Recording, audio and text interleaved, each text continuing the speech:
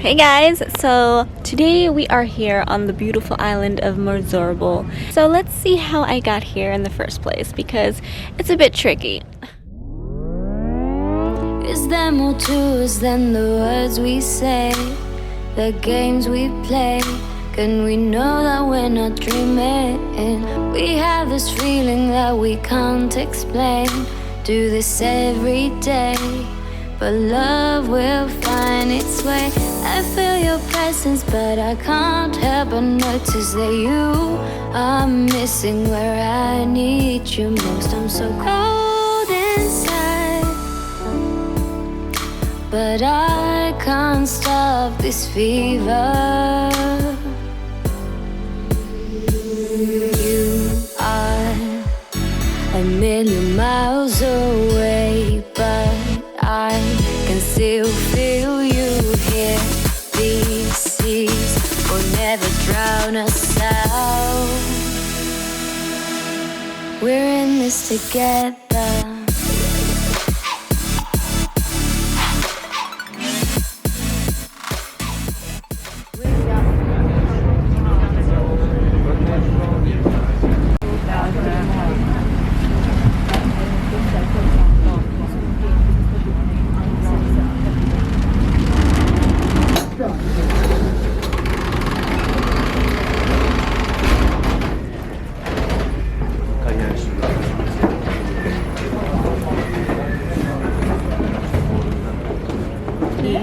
So I feel like the island of Mozzarbo is so underrated. Not only does it have the beautiful bright colored houses as well, but it's so isolated. If you feel like Venice is a little bit too compact, too crowded, then just come here and it's really nice. Here's an example of how quiet it is here. Just listen.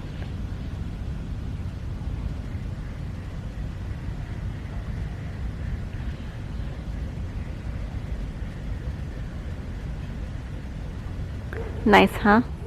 Mozzorbo is a neighboring island connected to Burano by a wooden bridge.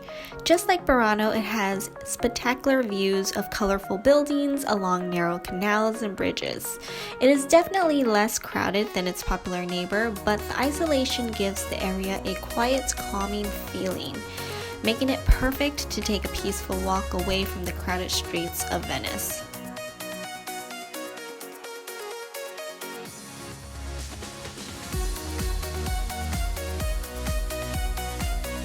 Mozzorbo is also home to the Church of Caterina, where you will be able to check out their little courtyard full of statues and other marble artifacts.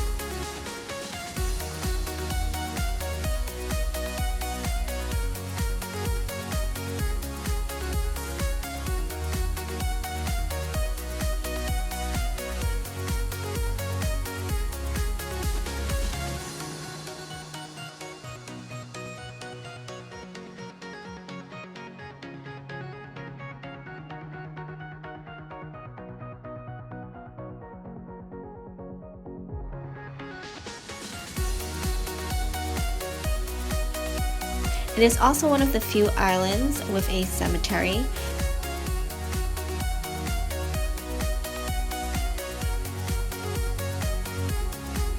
The island is also known for its vineyards. Unfortunately, in November of last year, 2019, the vineyards were hit with the highest tide seen within the last 50 years.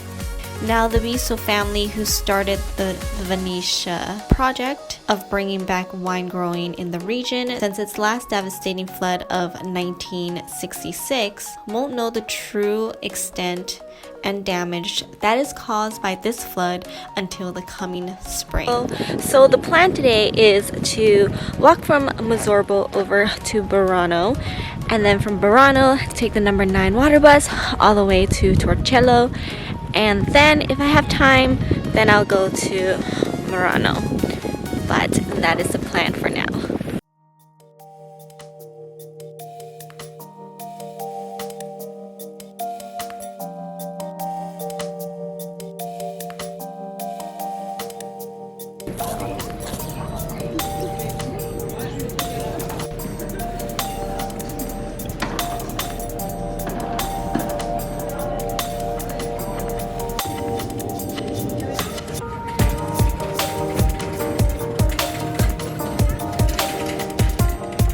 Murano is famous for lace making. Unfortunately, the art of making lace by hand is slowly dying. Well, actually, it's pretty much dead.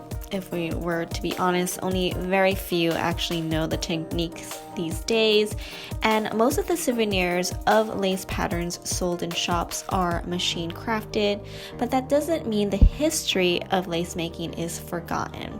Unfortunately, I came on a day the lace museum was closed, but if you are curious in learning more about Burano's lace history, this is the place to do it.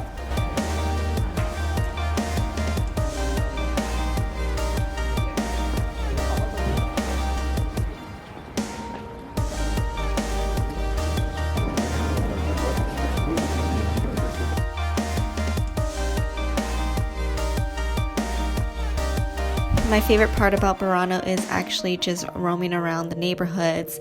I really like how even though the houses don't really have a backyard, they managed to create kind of like this unique garden spot in front of their front doors. I thought it made such a unique touch.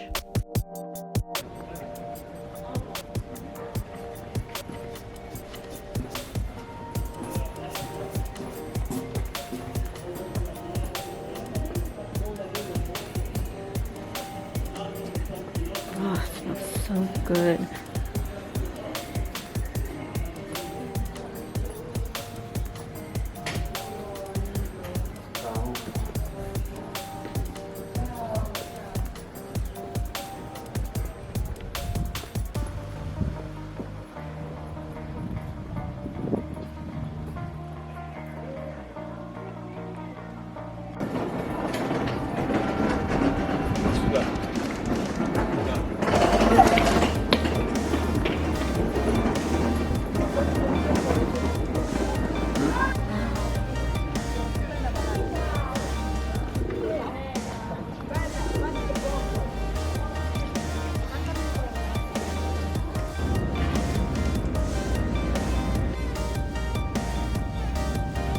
So that is beautiful Burano.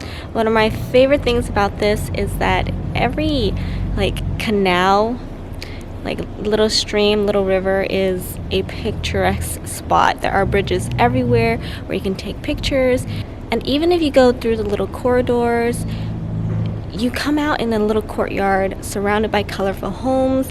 And I have a feeling that people dress the color of their house, because if you look at most of their laundry, it looks like the color of their house, like different shades of it, but it matches their house, which is really weird. We are gonna go over to Torcello now. So number 9, off to Torcello, and it doesn't seem like anybody wants to go with me.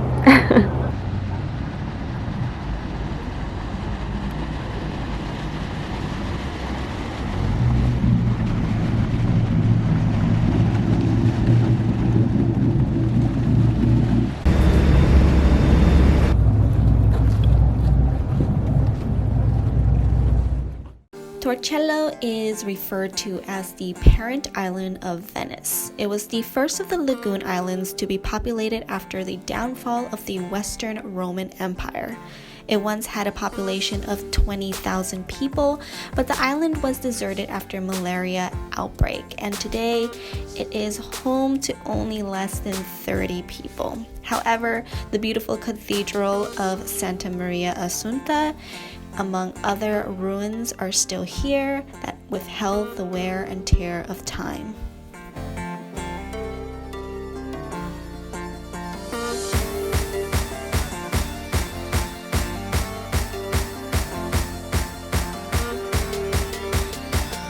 Torcello also happens to be my favorite of the 4 islands I visited that day, and it's most likely due to its historical significance.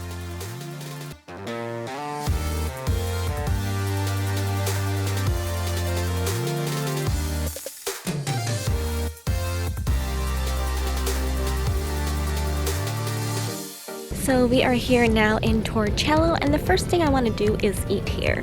And the reason why I chose to eat here out of all of the other islands is because supposedly the food that they have here is very traditional old Venetian style food. So let's find a place to eat. There are several restaurants to choose from here in Torcello, but I chose Taverna Tipica Veneziana because of its rustic open-air market vibe. Now, the locals are still active in fishing and farming, even though they do get most of their money from tourism.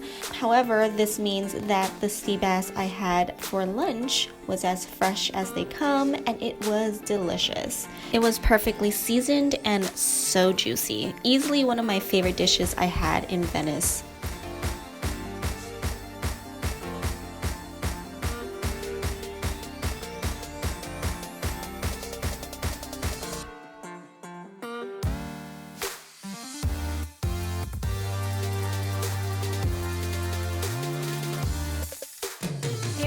So my lunch was delicious, even though it was just one whole piece of fish, but it was really good. Anyways, I'm just in the little trail that they allow you to walk on in Torcello, and yeah, just enjoying the view. I hope you're enjoying it too. So now that I am mostly done with Torcello, we are going to head over to Burano, and hopefully we have an hour or two to explore. So let's get going, you guys.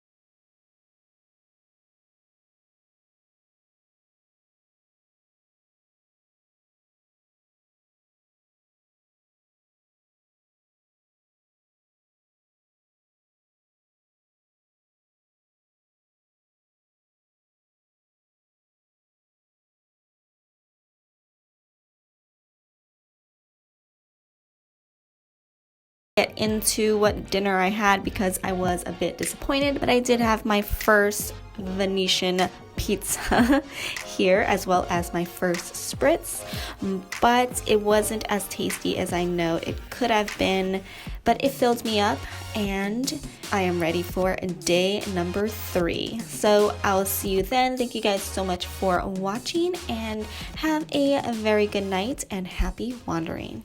We're in this together.